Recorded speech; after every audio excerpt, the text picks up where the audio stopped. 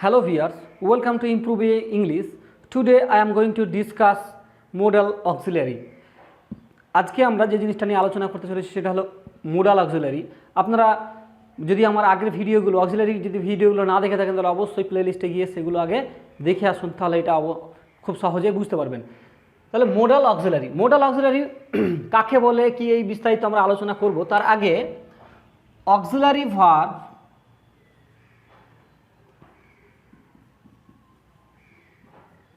Auxiliary বা একে আরেকটা নামে জানা যায় সেটা হলো হেল্পিং ভার্ব।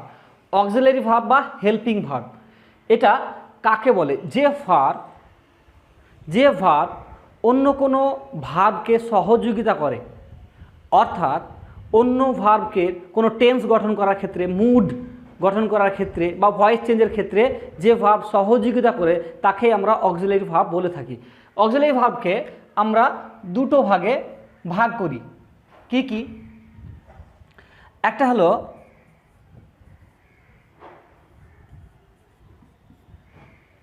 প্রাইমারি অক্সিলারি আর একটা হলো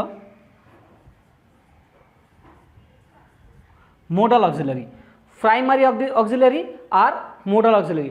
প্রাইমারি অক্সিলারিগুলো কি কি? প্রাইমারি অক্সিলারি যেমন অ্যাম, ইজ, আর, ওয়াজ, ওয়ার, তারপরে ডু, ডিড, ডাজ, এই সমস্ত জিনিস হলো প্রাইমারি অক্সিলারি। মোডাল অক্সিলারিগুলো কি কি? সেগুলো ক্যান, কুড, এই সমস্ত জিনিস মোডাল অক্সিলারি। মোডাল অক্সিলারিকে আমরা আবার দুটো ভাগে ভাগ করব। মোডাল অক্সিলারিকে আমরা আবার দুটো ভাগে ভাগ করব। কি কি? একটা হলো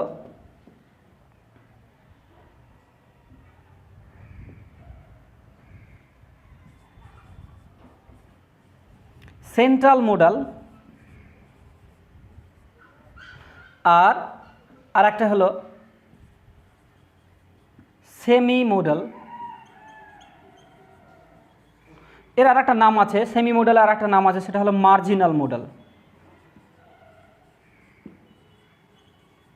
সেমি মোডাল বা মার্জিনাল মোডাল, এটা হলো সেন্ট্রাল মোডাল।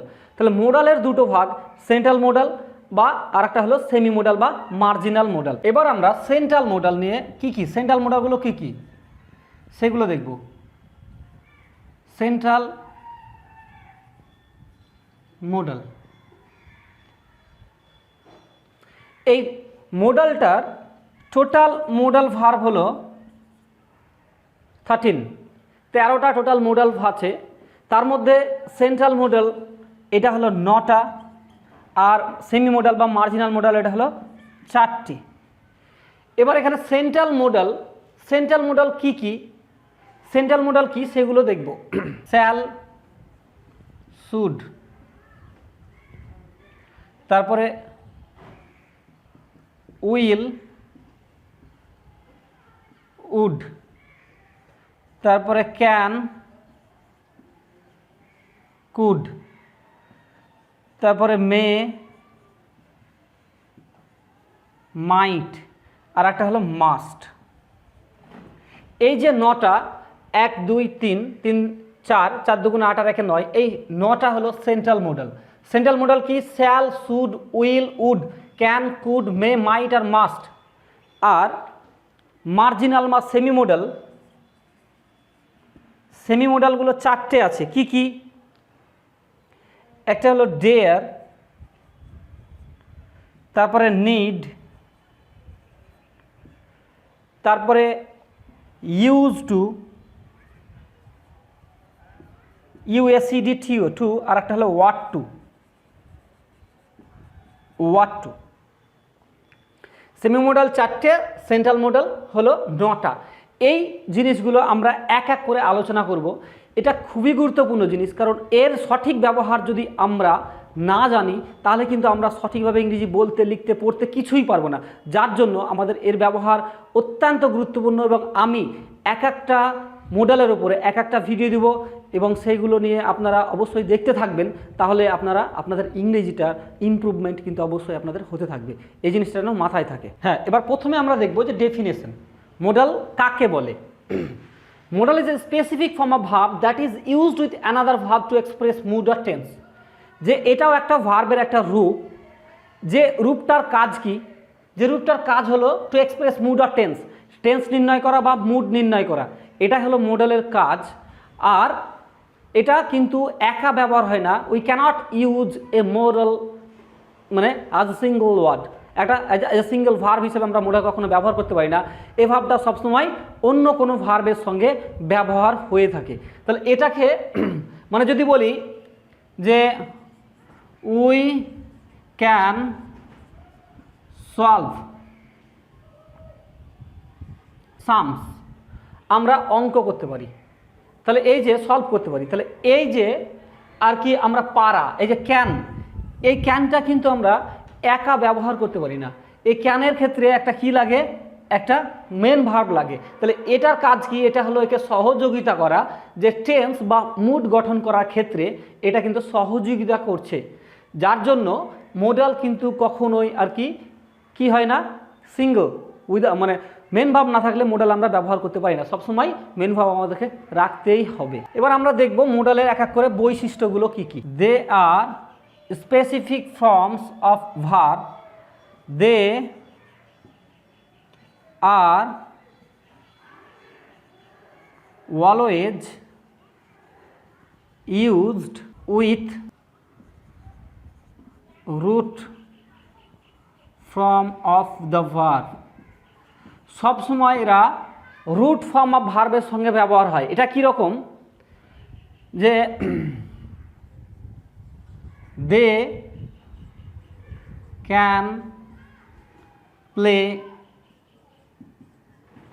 ক্রিকেট, তাহলে এখানে মডেলটা একটা নির্দিষ্ট ভার্ব বলেছি, আর কি বলেছি যে they are always used with root form of verb, যে ভার্বের রুট ফর্মের সঙ্গে সবসময় ব্যবহার হয়। মানে আমি এখানে এই প্লেটাকে প্লেড করতে পারি না, প্লেয়িং করতে পারি না, এরকম আমি কিছুই করতে পারি না। আমার এখানে জাস্ট রুট ফর্ম, মডেলের পরে আমাকে সবসময় রুট ফর্ম, ভার্বের রুট ফর্ম বসাতে হবে, এটা কিন্তু কখনোই চেঞ্জ করা যাবে না। মানে আমি এটা প্লেয়িং, প্লেড এই সমস্ত জিনিস আমরা ব্যবহার করতে পারি। যেমন গো, উই ক্যান গো দেয়ার, আমরা সেখানে যেতে পারি, ওখানে কখনোই কিন্তু গোয়িং বা ওয়েন্ট এই সমস্ত জিনিস কিন্তু কখনোই হবে না। Number 3, they are unique in form, তার মানে হলো they are unique in form, তারা সাবজেক্ট মানে পার্সন বা নাম্বার এগুলো অনুযায়ী কখনো চেঞ্জ হবে না। মানে আমি এখানে সাবজেক্ট দিয়েছি কি দে দিয়েছি, তাহলে এখানে যদি আই দিই তাও ক্যান হবে, তারপরে যদি বলি যে উই তাও ক্যান হবে। মানে সাবজেক্ট, নাম্বার এ সমস্ত অনুযায়ী কিন্তু কখনোই চেঞ্জ আমার হবে না। সেই জন্য বলছে দে আর ইউনিক ইন ফর্ম, তাদের ফর্মটা হলো ইউনিক, একটাই ফর্ম, ক্যানের ফর্ম একটা, ক্যানের ব্যবহারও মানে ক্যানকে আমি যখন ব্যবহার করব, সাবজেক্ট যাই থাকুক না কেন আমাকে কিন্তু সেই ক্যানই ব্যবহার করতে হবে, আমাকে কিন্তু ক্যানের জায়গাতে আমি অন্য কিছু মানে ব্যবহার করতে পারি না। তাহলে they are unique in form. তারপর they do not define sense, এর দ্বারা আমি কিন্তু কখনো সেন্সকে বোঝাতে পারি না, মানে সেন্সটা আমি চেঞ্জ করতে পারবো না। সেন্স আর কি ওই মানে আমরা সেন্সটাকে কখনো ডিফাইন করতে পারি না, কখনো আমরা সেন্সটাকে ব্যাখ্যা করতে পারি না। আর একটা মোস্ট ইম্পর্টেন্ট যে জিনিসটা, যে আমরা কি মডাল দিয়ে কি করি, যে মানে we can use model to express present, past or future। আমরা মডেল দিয়ে প্রেজেন্টকে যেমন এক্সপ্রেস করতে পারি, পাস্টকেও এক্সপ্রেস করতে পারি, আবার ফিউচারকেও এক্সপ্রেস করতে পারি।